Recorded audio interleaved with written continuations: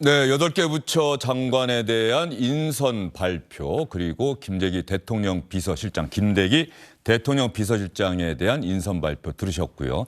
아무래도 오늘 발표된 후보자 가운데 가장 관심의 대상은 한동훈 법무부 장관 후보자일 것 같습니다. 기자들의 질문도 한동훈 법무부 장관 후보자에게 집중됐고, 그러다 보니 배현진 당선인 대변인이 골고루 각 후보자에게 질문 좀 해주십시오라고 부탁하는 장면까지 있었는데요. 한동훈 법무부 장관 후보자, 민주당이 어제 당론으로 채택한 검수완박 법안 당론 채택, 민주당에서는 검찰 정상화 법안이다 이렇게 이야기를 하고 있죠. 여기에 대해서 이렇게 이야기를 했네요. 개인으로서의 의견을 말씀드린다면 상식적인 법조인, 언론인 등이 한 목소리로 반대하고 있는 상황, 그리고 최근에 공론회장에서 이렇게 만장일치로 반대하는 장면이 있었는가, 자기는 이런 걸 본 적이 없는 것 같다 이런 취지로 이야기를 했고요. 민변도 반대하고 참여연대도 반대하고 재심 전문 변호사 박준영 변호사를 이야기하는 겁니다. 이런 분들이 자신의 실명을 공개하면서 검수완박 법안에 반대하는 그 이유가 분명히 있을 것이다. 그리고 이 법안이 국회를 통과하게 된다면 국민이 고통을 받을 것임은 자명하다. 앞으로 어떻게 저지할 것인지 그 방안은 차차 생각해 보도록 하겠다 이렇게 이야기를 했습니다.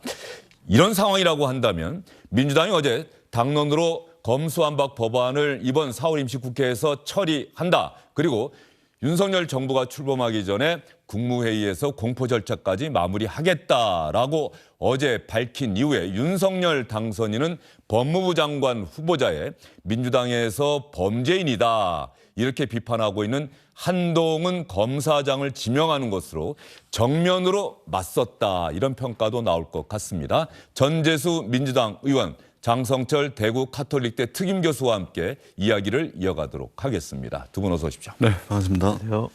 전재수 의원님 어떻습니까? 한동훈 법무부 장관 후보자 지명 어떻게 들으셨어요? 기본적으로는 뭐 대통령 당선자의 인사권에 해당하는 영역이기 때문에 기본적으로는 존중합니다. 근데 이런 우려는 있죠. 뭐냐면은 네.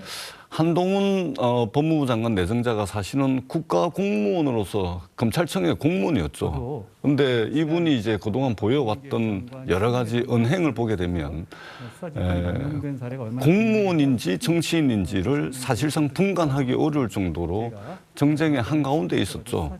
그런 만큼 이런 분을 법무부 장관으로 내정을 하게 되면 여야 사이에 어떤 일들이 벌어질지는 이 불을 보듯 뻔한 거 아니겠습니까? 자칫 잘못하면은 정쟁으로 흐르지 않아야 될 것도 정쟁이 될 소지가 있는 것이고, 그러니까 어떻게 보면은 갈등과 분열의 한 중심에 있었던 인물이고 윤석열 당선자의 척근 중에 척근 아니겠습니까? 네. 그런 측면에서 윤석열 당선자가 과연 새 정부의 출범을 앞두고서 어떤 국회에서의 협치라든지 또는 국민 통합이라든지 이런 것들을 조금이라도 염두에 뒀다면 과연 법무부 장관으로 내정을 할 수가 있었을까라는 이제 걱정이 좀 앞섭니다. 네. 저 같으면 정쟁의 한가운데 있었던 분을 굳이 또 척근이라고 그래가지고 이렇게 좀 비판받은 측면들이 있었는데 저렇게 해서 아예 협치라든지 국민통합이라든지 이런 것들을 거의 원천적으로 봉쇄해버리는 그런 선택을 하지 않았을 거다. 충분히 유능하신 분들 많잖아요. 굳이 척근, 정쟁의 중심에서 왔던 공무원을 법무부 장관 내정자로 하는 것이 최선의 선택은 아니었던 것 같아. 이렇게 평가를 합니다. 어떤 면에서 보면 오늘 한동훈 검사장의 이름이 언론에 SBS가 가장 먼저 시간차로 인터넷을 통해서 한동훈 법무부 장관 후보자 내정 이렇게 기사를 썼는데 말이죠. 그전까지 거론됐던 후보들은 대부분 사법시험 22기, 23기, 윤석열 당선인이 23기입니다. 그래서 22기, 23기에 권익환 전 서울 남부지검장이나 강남일 전 대전고검장 이런 사람들의 이름이 거론이 됐었는데 어쨌든 최종적으로 윤석열 당선인이 낙점한 인물은 사법시험 27기인 한동훈 검사장이에요. 그러면 어제 민주당이 오후 늦게 자, 국민 여러분 당론으로 이른바 검수완박 법안, 검찰 정상화 법안 이번 4월 임시국회에서 처리하겠습니다라고 의견을 모은 것이 윤석열 당선인의 법무부 장관 최종 결심에 큰 영향을 미쳤다 이렇게 볼 수도 있지 않겠어요? 앵커의 지적이 아주 정확하다라는 좀 생각이 듭니다. 기본적으로 어제 민주당에 그렇게 검수한박 밀어붙이는 모습을 통해서 윤석열 당선인께서는 검찰을 좀 제대로 좀 독립적으로 투명하게 이렇게 완성시켜야 되겠다는 생각을 좀 강하게 한 것 같다라는 생각이 들고요.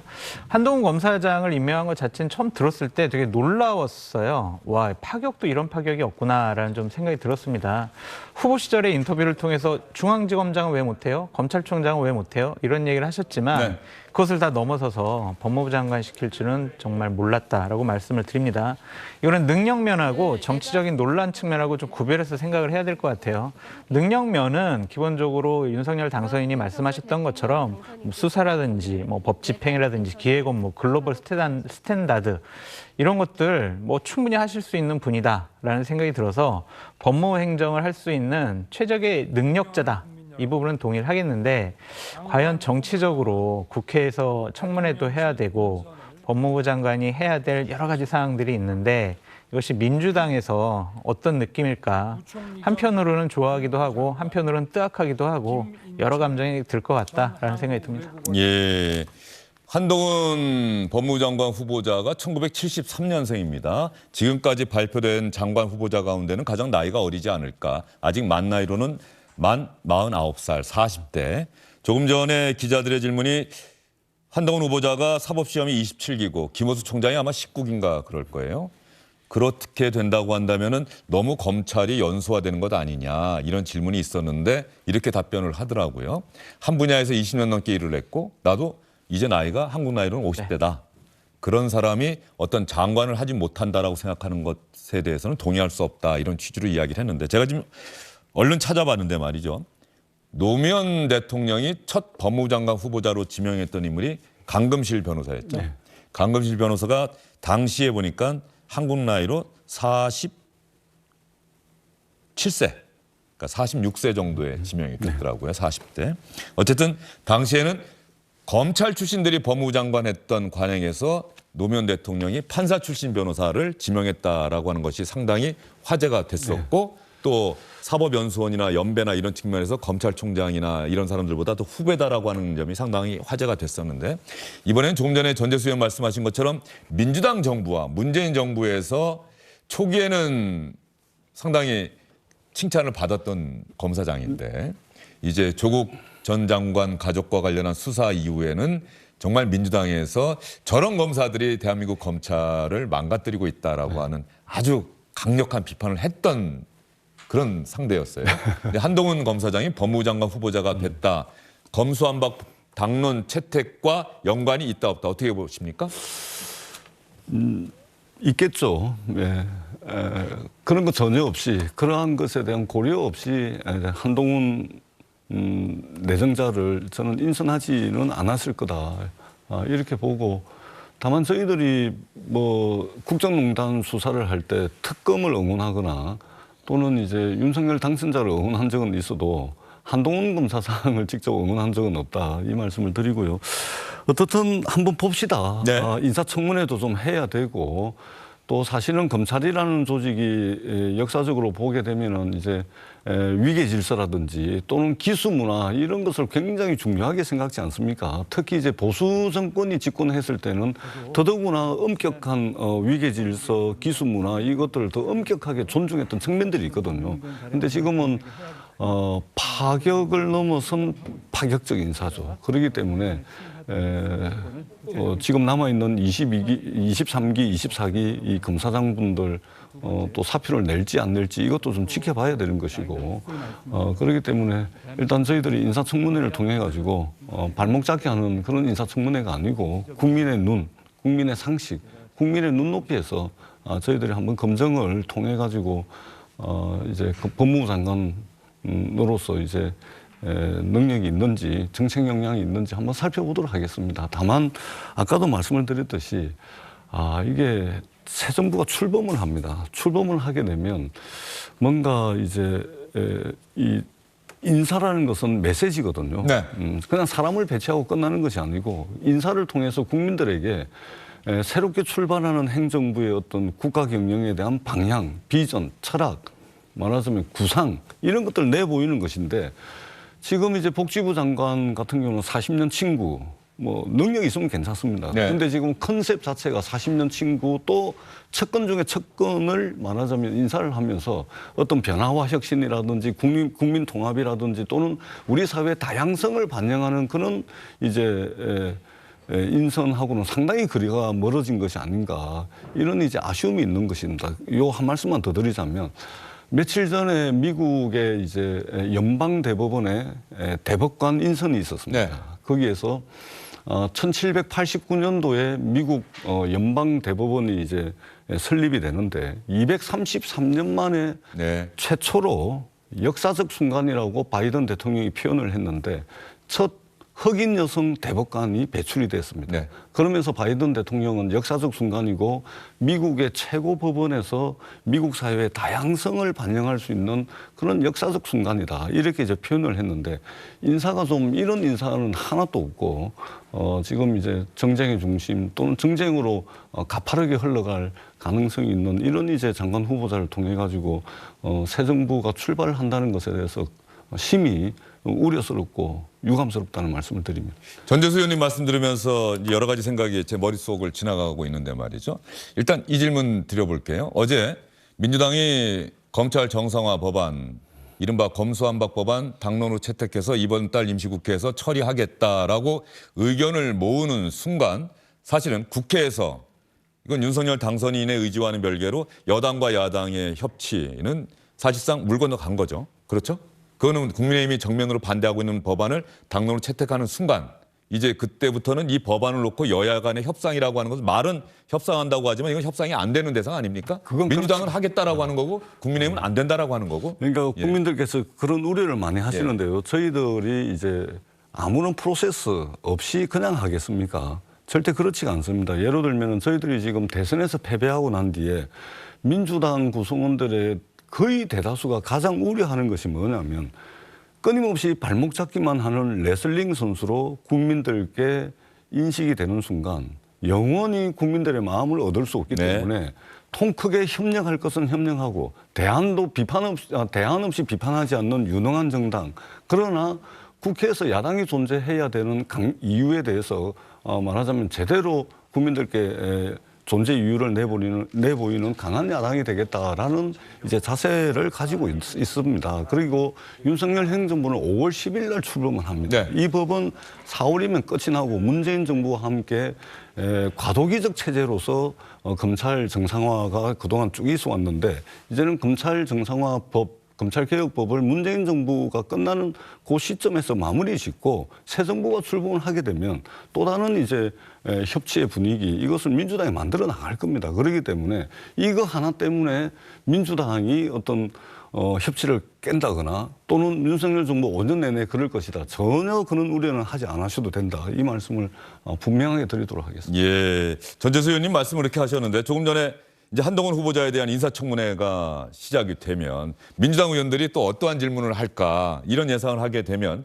인사청문회에서도 그렇고 검수완박 법안의 처리를 둘러싼 민주당과 국민의힘의 정면 충돌. 이 국회는 4월 내내 윤석열 정부가 출범하기 이전에 정말로 시끄럽고 완전히 철도가 마주보고 달리는 그런 형국이 아닐까 싶어요. 출범 이전뿐만이 아니라요. 5월 10일 날 임기가 시작되고 나서도 계속 혼란, 갈등, 충돌 계속 이루어질 수밖에 없을 것 같다라는 생각이 좀 듭니다. 기본적으로 민주당이요. 지금 상당히 딜레마에 좀 빠질 것 같아요. 그러니까 특히 인사청문회와 관련해서 지난 5년 동안 본인들이 인사청문회 때 보여줬던 행동, 말, 논리 이런 것들을 뒤집어서 다시 이제 윤석열 정부가 지명을 한 장관에게 질문을 한다? 이거는요, 내로남불에 안 빠질 수가 없습니다.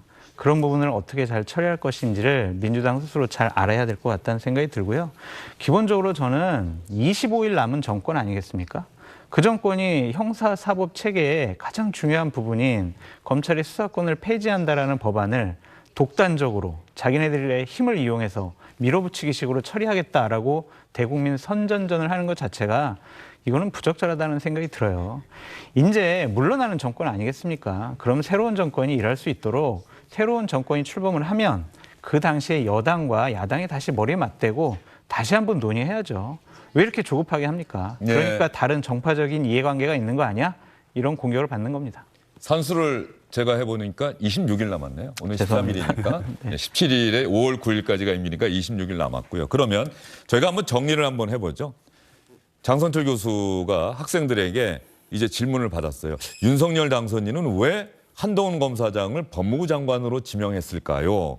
그 이유는 무엇일까요? 그러면 첫째, 둘째, 셋째 몇 가지 정도 짧게 설명하실 수 첫 번째 있겠습니까? 능력이 있다라는 첫째, 것. 능력이 있다. 네, 두 그리고 번째 아끼고 내가 믿을 만하다. 최측근 인사다. 네, 그리고 제대로 된 뭐 법무 행정을 잘할 수 있을 것 같다. 뭐 이런 쪽으로 얘기할 수밖에 없을 것 같아요. 그거는 윤석열 당선인이 오늘 일단 말로 설명한 내용이고 저는 보다 본질적이고 실질적이고 가장 본질적인 것은 뭐 처음에 앵커께서 말씀하셨듯이 민주당의 검수완박 이러한 행동들에 대해서 물러서지 않겠다라는 상징적인 의미로 한동훈 검사장을 법무부 장관으로 임명한 것 같습니다. 그래서 이 부분이 전 상당히 좀 우려스러운 부분이에요. 국회에서 절대적으로 의석수가 적은데 대통령께서는 본인의 고집과 신념을 갖고 통치를 하려고 하실 거란 말이에요. 이러한 간극을 어떻게 해결할 것인가가 상당히 좀 우려스럽고 걱정이 되는 부분이 큽니다. 예, 문재인 정부 임기 동안 있었던 민주당 또 법무부 장관과 검찰, 뭐 검찰 수뇌부는 아니겠죠. 그거는 어쨌든 민주당 정부 또 법무부 장관들이 인선을 했던 사람들이기 때문에 처음에 조국 전 장관 수사를 했던 당시에 검찰 지휘부, 국정농단 사건 수사했던 이 특수통 지휘부와의 갈등, 그리고 수사지휘권 발동, 이러한 갈등들에 대한 윤석열 당선인의 반격, 뭐 이렇게 볼 수도 있지 않을까요? 그렇죠. 정확히 말씀을 해주신 거고요. 기본적으로 윤석열 당선인이 가장 검찰을 잘 알지 않습니까? 그리고 검찰총장을 하면서 민주당 정권이 했던 여러 가지 검찰 장악, 자의적인 통치, 이런 것들에 대한 상당한 저항을 많이 했기 때문에 국민적인 선택을 받았다라는 생각이 들고요. 어쨌든 이번 인사를 통해서 내세우고 싶은 메시지는 나는 민주당에게 끌려가지 않겠어. 나는 굴복하지 않겠어. 그런 뜻으로 좀 읽혀집니다. 이러한 강대강 대치가 상당 기간 정치권을 혼란스럽게 할 것이고 국민을 힘들게 할 것이다 라는 생각이 들고요.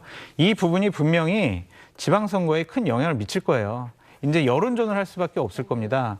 윤석열 당선인 측이나 민주당이나 자신들이 이 지명을 하고 반대하는 논리에 대해서 국민적인 공감대를 얻어야 지방선거에서 원하는 결과를 얻을 수 있거든요. 앞으로 이것이 가장 주목되는 포인트 같다라는 생각이 듭니다. 전재수 의원님은 윤석열 당선인이 한동훈 검사장을 장관으로 지명한 근본적인 이유 뭐라고 생각하세요? 일단은 네. 저는 검찰공화국의 완성이라고 저는 생각을 합니다. 검찰공화국의 완성이다. 예. 그리고 근거는요? 지금 선거 캠페인 과정에서 사실은 이제 검찰에 대한 민주적 통제와 상당히 거리가 먼, 그러니까 지난 30년 동안 검찰 개혁을 우리가 논의를 해왔었는데 30년 동안 논의되고 대체적으로 합의가 됐던 검찰 개혁안과 완전히 정반대 이제 공약을 통해 가지고 어떤 지난 30년 동안 진행돼 왔던 검찰 개혁을 뒤로 거꾸로 되돌리려고 하는 그런 공약들을 보면서 저는 오히려 검찰총장 출신이면은 오히려 국민적 여망이었던 검찰 개혁을 해냄으로 인해서 광범위한 국민들의 지지를 이끌어낼 수도 있었을 텐데라는 아쉬움이 있는 겁니다. 그런데 이제 선거 캠페인 과정 그리고 지금 한동훈 검사장을 법무부 장관에 인선을 하는 것을 보면서 국정 운영의 동력을 어떤 검찰을 통해 가지고 국정 운영의 동력으로 삼으려고 하는 것이 아닌가. 그리고 이것이 사실이라면 사실상 검찰공화국이다. 이렇게 규정을 할 수밖에 없을 것 같습니다. 예, 검찰공화국이다. 말입니다. 법무부 장관 한 명을 대통령 당선인의 측근을 임명했다고 그래서 검찰공화국이 되는 그런 허약한 나라는 아닐 거라는 생각이 들어요. 국회의 견제 기능도 있고요. 당연히 뭐 다른 쪽에 견제 기능이 상당히 있기 때문에 또 검찰을 견제하기 위해서 공수처도 만들지 않았습니까? 그러니까 이런 부분에 대해서 너무 한쪽으로 몰고 가는 것. 검찰 출신 대통령, 검찰 출신 법무부 장관이 있기 때문에 검찰공화국 될 거야. 이것이야말로 좀 선전선동이 아니냐라는 생각도 듭니다. 선전선동이 아니고 네. 컨셉이라는 것이 있죠. 컨셉. 지금 이제 열 몇 분에 달하는 장관 후보자들 다 이제 말하자면 발표를 했지 않습니까? 그러니까 특징 같은 거를 꼬집어내가지고 우리가 컨셉이라 그러지 않습니까? 뭐 특징적인 게 있습니까? 우리 사회에 어떤 감동을 줬던 또는 아주 국민들의 감동을 일으키는 그런 스토리를 가진 후보자가 있습니까? 아니면 우리 사회의 약자라든지 다양성을 어떤 상징하는 사람이 지금 장관 후보자 있습니까? 없죠. 미국의 잭슨 대법관과 같은 그런 이제 말하자면 인선이 있습니까? 그렇지 않죠. 특징을 끄집어내가지고 그것을 성격 규정을 하는 것입니다. 컨셉이라는 것은. 네. 이번 인사의 가장 큰 특징이 뭐겠습니까? 한 2명 정도 아니겠습니까? 첫 번째는 한동훈 검사장이고 두 번째는 병원 의사 외과 의사만 했던 40년 지기 친구를 보건복지부 장관에 임명한 거 아니겠습니까? 그렇다면 특징을 끄집어내서 한마디로 규정을 하는 데 있어서 이 두 분만큼 더한 특징을 가지고 있는 분이 누가 있습니까? 그런 측면에서 이제 제가 말씀을 드린 것이고 대한민국의 관료주의는 인간의 신경조직, 근육조직보다 더 정교하고 지난 수십 년 동안 발전시킨 그런 관료조직입니다. 그렇기 때문에 어떤 한 사람에 의해서 휘둘리고 뭐 그러지는 않겠죠. 다만 특징을 컨셉으로 잡아서 이야기하자면 그럴 수 있다라는 말씀을 제가 드리도록 하겠습니다. 알겠습니다. 뭐 지금 그 말씀하시니까 문재인 정부 5년 전에 문재인 정부에서 초대 내각을 발표할 때 기자들의 반응, 국민들의 반응이 어땠는지 저도 또 생각이 나는데 말이죠. 그럼에도 불구하고 강경화 외교부 장관 후보자 발표할 때도 상당히 화제가 됐던 기억이 나고 제 기억에는 말이죠. 청와대 당시에 출입했던 기자들이 가장 놀랐던 부분이 뭔지 아십니까? 인선 발표했을 때 윤영찬 국민소통수석이 딱 이름 발표했을 때 기자들 입에서 저도 그런 것 별로 본 적이 없는데 오 하는 소리가 났던 게 윤석열 서울중앙지검장 발표였어요. 그 당시에. 그 기억이 지금 나는데 어쨌든 전재수 의원은 계속해서 초대 내각을 발표할 때 국민들이 느낄 수 있는 이러한 개념과 구상을 갖고 당선인이 인선을 하는구나라고 하는 게 이번엔 보이지가 않는다. 이렇게 말씀을 해 주셨고요.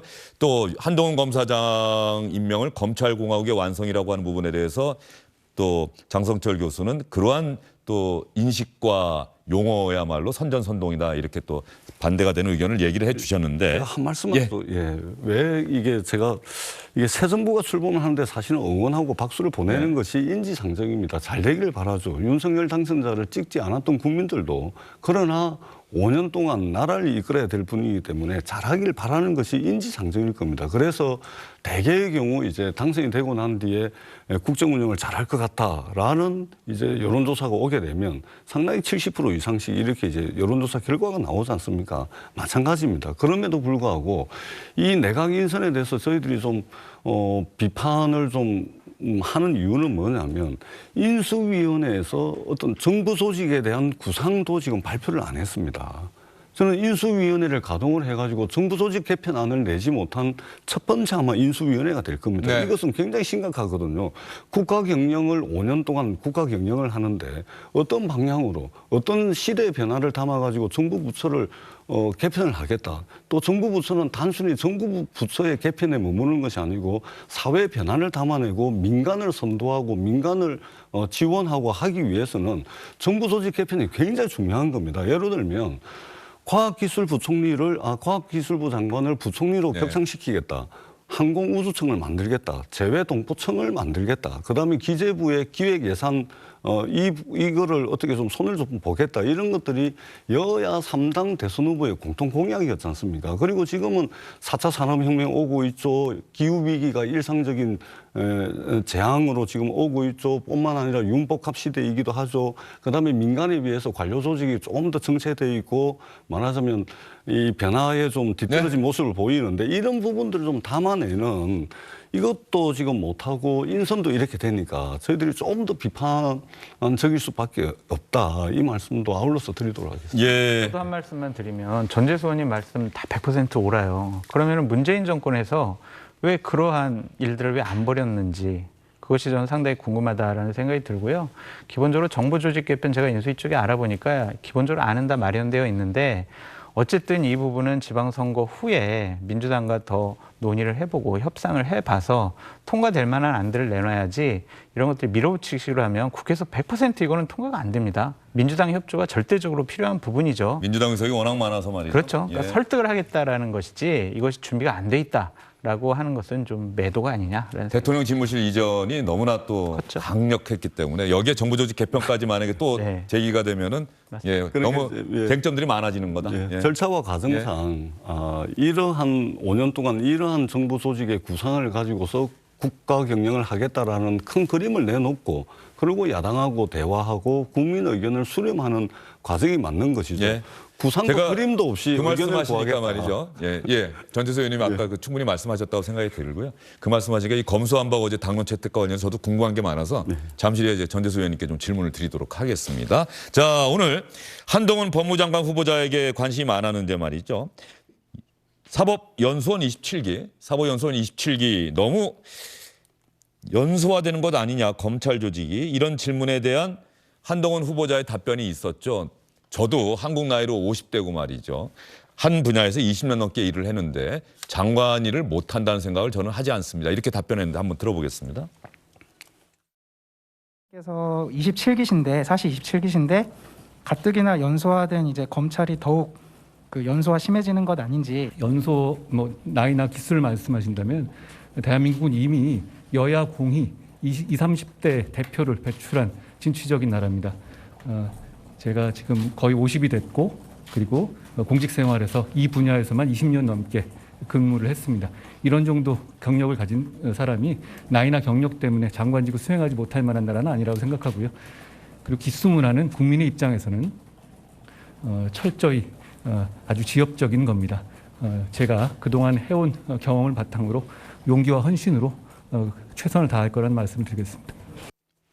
안녕하십니까, 주영진입니다. 더 많은 뉴스와 라이브 이벤트를 보고 싶으시다면 화면 오른쪽을 눌러서 구독해 주시기 바랍니다. 저희 SBS 앱을 다운로드 받으시면 뉴스 속보 알림도 받아보실 수 있습니다. 텔레비전으로도 SBS 뉴스, 유튜브로도 SBS 뉴스 잊지 마시기 바랍니다.